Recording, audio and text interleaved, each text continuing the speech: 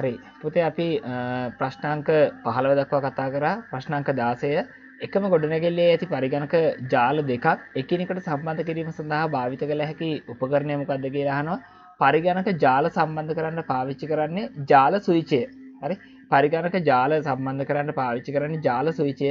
උත්තරේ 2. 17 පහත කරුණු සලකන්න. පරිගණක උපාංග අන්තර්ජාල සේවා සැපයුම්කරු මොඩබයක් දුරකථන සම්බන්ධතාවය. අන්තර්ජාල ප්‍රවේශය සඳහා පහත කුමන සංයෝජන අවශ්‍ය වෙනවද කියලා අහනවා. අපි දන්නවා මේ ABCD යන සියල්ලම අවශ්‍ය වෙනවා. එහෙනම් 17ට උත්තරේ වෙන්නේ 4. ඊගාවට 18 පහත කරුණු සලකන්න. වැඩි වේගය ගොනු හුවමාරු කර ගැනීමේ පහසුව කීප දෙනෙකුට එකම ලිපිය ලැබීමට සැලැස්වීමේ පහසුව.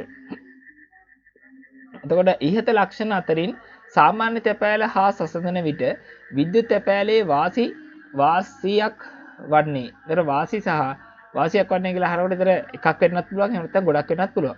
A පමණි, B පමණි, AC පමණි, ABC යන සියල්ලම. ඉතින් උත්තරේ වෙන්නේ ඔයා දන්නවා විද්‍යුත් තැපෑලකදී වැඩි වේගයක් තියෙනවා. ගොනු හුවමාරු කරන්න පහසුයි. කීප දෙනෙකුට එකම ලිපිය යැවීමේ පහසුවක් තියෙනවා. එහෙනම් ABC කියන උත්තර තුනම එනවා. මෙතෙන්දී 18ට උත්තරේ විදිහට ගන්න පුළුවන් ඉන්නේ 4. ඊගාට 19 රචනා චෞරත්වය. රචනා චෞරත්වය කියන එකට රචනා චෞරත්වය සඳහා උදාහරණයක් වන්නේ කියලා අහන්න. මාර්ගගතව ඡේදයක් කියවා එය තමන්ගේ වචන වලින් නැවත ලියවීම නෙමෙයි වෙනත් අයෙකුගේ ලේඛනයක් තමාගේම ලේඛනයක් ලෙස ඉදිරිපත් කිරීම තමයි රචනා චෞරත්වය කියලා කියන්නේ.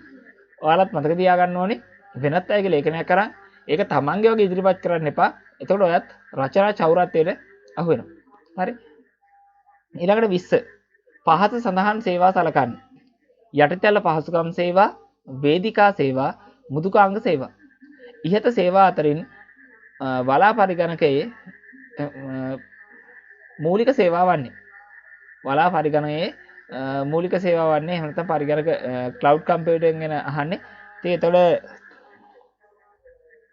උත්තරේ බවට පත් වෙන්නේ මේ වලාකුළු පරිගණක කියන සංකල්පය තුළදී උත්තරේ 4 ABC සියල්ලම.